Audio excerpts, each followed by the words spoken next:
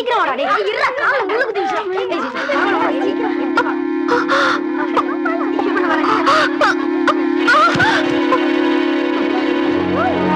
ஐயோ டேய் டீச்சர் மயக்கமோட விழுந்துட்டாங்க. எல்லாரும் கூப்பிடுங்க. ஆமா டீச்சர் மயக்கமோட விழுந்துட்டாங்க.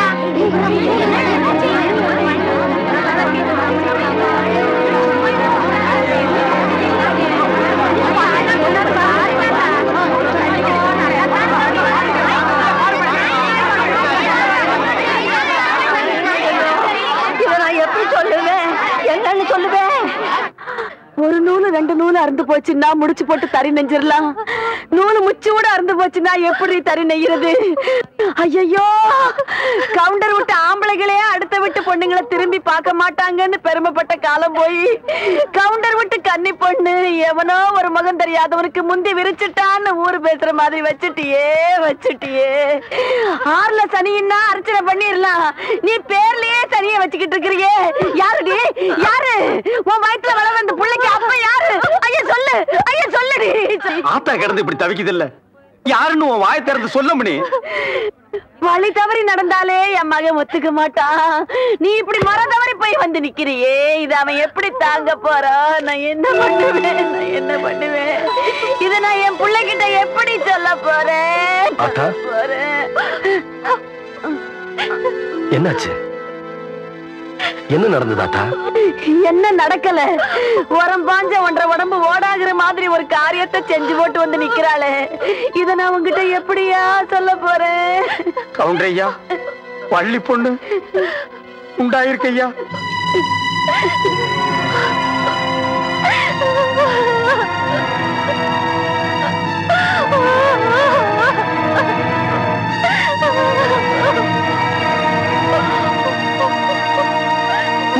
தப்பு நடந்தாலே கவுண்டர் சரியா விசாரிச்சு தீர்ப்பு சொல்லுவாரு. இப்ப தான் வீட்டுக்குள்ளேயே நடந்தத விசாரிச்சு சொல்லாமலா இருப்பாரு?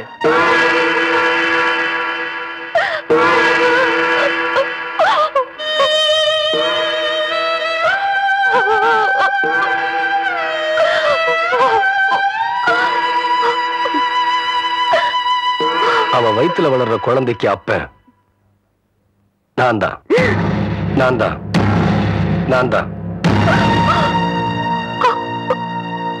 பெரிய மனுஷன் வீட்டு விஷயம் இப்படித்தாப்பா. பொண்டாட்டி இருக்கும் போதே இன்னொன்னு வச்சுக்குவாங்க. இது கவுண்டர் விஷயத்துல உண்மையாயிடுச்சு பத்தியா?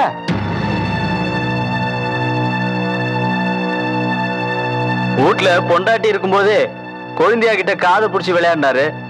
பொண்டாட்டி வேற ஜெயிலுக்கு போயிருச்சா, கவுண்டர் வேற விதமா விளையாட்டாரு போல இருக்கு. ஆனா வெள்ளையும் சொல்லையும் வெறும் வேஷம் தாயா. வெப்பாட்டி வச்சுக்கிறவன் தான் பெரிய மனுஷன் ஆகி போச்சு பாத்தியா? இது என் வீட்டு விஷயம். இதுக்கு மேல யார் பேசினாலும் நல்லா இருக்காதுன்னு நினைக்கிறேன்.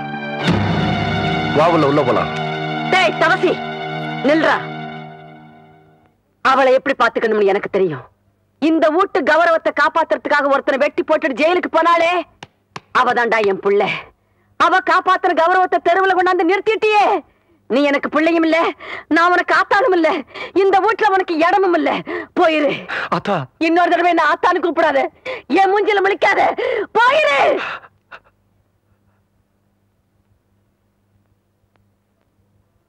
வேண்டாம் வேண்டாம், எனக்கு எந்த ஜாமீனும் வேண்டாம். தயவு பண்ணி என்ன தொந்தரவு பண்ணாதீங்க, என்ன விட்டுருங்களே. என்னம்மா இது? உங்க வீட்டுக்காரர் தவசி எவ்வளவு நல்ல மனுஷன். அவருக்காகத்தாமா இந்த ஜாமீனையும் எடுத்திருக்கேன். ஏம்மா வேண்டாங்கிற? அதை நான் எப்படிங்க சொல்லுவேன்?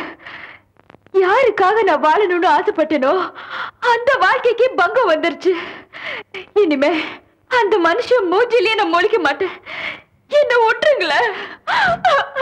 இத பாருமா, ஜாமீன் எடுத்ததுதான். எப்ப நீ போகணும்னு விரும்புறியோ அப்ப போகலாம். நான் வரேம்மா.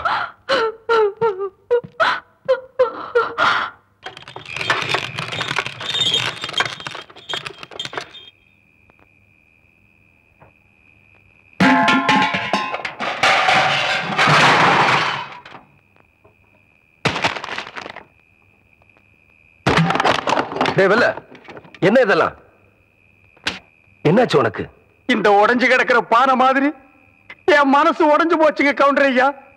இந்த ஊருக்காக எவ்வளவு நல்லது பண்ணிருப்பீங்க. வீட்டுக்கு போய் இந்த ஊர் ஜனங்க முகத்திலேயே முடிக்கிறது இல்லைன்னு உட்கார்ந்தா நான் தண்ணி குடிக்கிற டம்ளர்ல இருந்து தெய்வமா நினைக்கிற இஸ்திரி போட்டி வரைக்கும் கவுண்டர் ஐயா நீங்க வாங்கி கொடுத்தது அதெல்லாம் என்ன ஏளனமா பாக்குது ஐயா. இனி இந்த ஊர்ல நான் இருக்க மாட்டேன் ஐயா. நான் எங்காவது போயிரு கவுண்டர் ஐயா. நான் எங்காவது போயிரு. ராமர் வனவாசம் போனப்ப சீதையும் லட்சுமணன் கூட போனாங்க. எனக்கு அப்படி யாரும் வரலையே.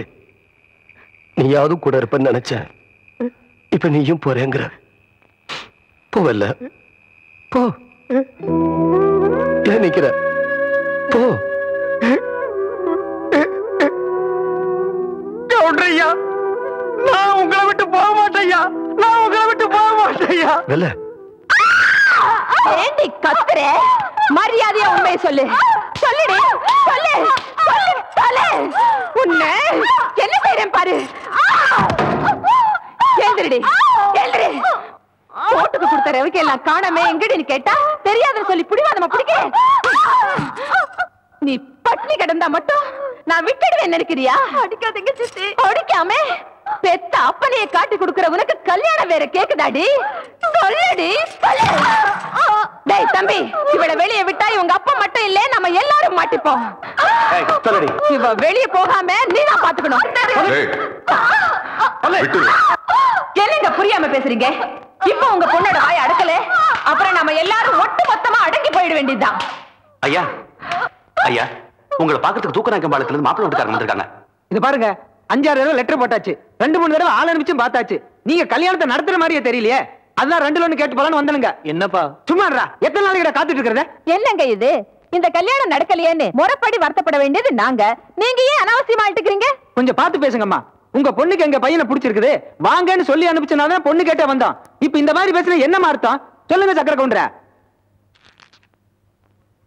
அப்போ என் பொண்ணுக்கு பிடிச்சது, இப்ப பிடிக்கல. மறுபடியும் எப்பாவது பிடிக்குதுன்னு சொன்னா சொல்லி அனுப்புறோம்.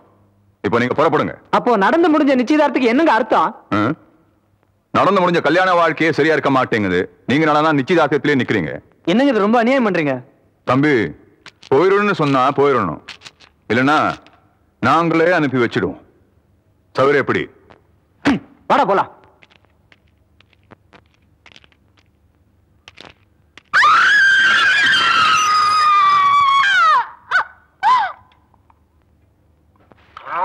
நான் துவைக்கிற இடத்துல தான் இந்த எறும்பாட்டை விடுவாங்க, அருவி கட்டுவாங்க. எவ்வளவு துணி தான் துவைக்கிறது?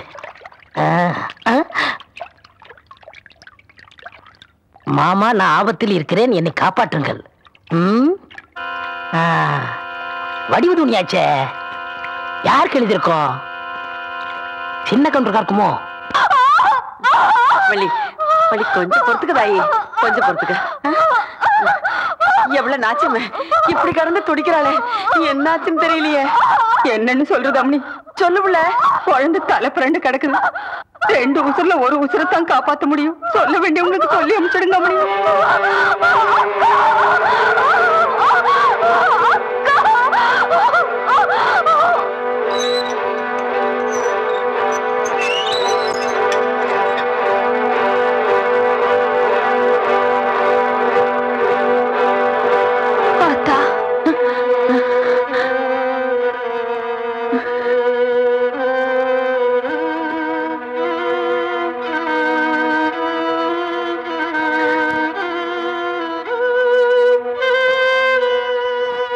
கன்றா, இந்த கிழவி பெத்த மகனுக்காக வக்காலத்து வாங்க வந்திருக்காளேன்னு நினைக்கிறியா? நான் அதுக்கு வரல தாயி. நீயும் மானஸ்தீன்னு எனக்கு தெரியாதா? நீ அம்மாவா இருந்த ஆளாக்கு நீயே உங்களோட தங்கச்சி. அவ இப்ப அம்மா ஆக போறா. ஏருசுருக்காரி, முத பிரசவம். எவ்வளவுதான் கோபம் இருந்தாலும் அதை காட்டுறதுக்கு இது நேரம் இல்ல தாயி. கவுண்டரையா, கடுதாச்சி வந்துருங்க.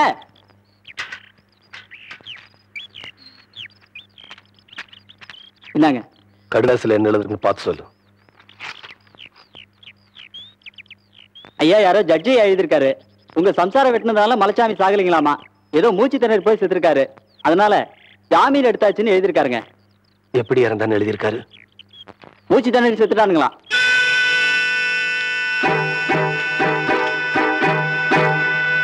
வணக்கம்ங்க. வணக்கங்க. நீங்க அச்சதை போட்டு ஆசீர்வாதம் பண்ணீங்கிற ஒரே காரணத்துக்காக தானுங்க நான் என் பையனுக்கு வேற இடத்துல பொண்ணு பார்க்காம இருக்கிறேனுங்க. என்ன சொல்றீங்க? உங்க மச்சான பத்தி தான் சொல்றேனுங்க. இப்ப என்னாச்சு? நிச்சயதார்த்தம் பண்ணி 6 மாசம் ஆச்சுங்க. லெட்டர் போட்டு பார்த்தா ஆள் அனுப்பிச்சு பார்த்தா எந்த பதிலும் இல்லைங்க. எதுக்கு நேர்ல கேட்கலான்னு போனா பொண்ணை கூட கண்ணுல காட்டாம இருந்தாலும் இடக்க முடுக்க பேசுறாருங்க. ஐயா வீட்டுக்குள்ள வடிவு அலற சத்தம் கேக்குதுங்க. அந்த பொண்ணு ஏதோ கொடுமைப்படுத்துறாங்கன்னு நினைக்கிறேங்க. கவுண்டரியா வடிவுக்கு ஏதோ ஆபத்து போடுறீங்க. இந்த ரவுக்கு தொழில் எழுதி இருக்குங்க. சின்ன போய் அமாவாசை உங்களை காட சொன்னானுங்க.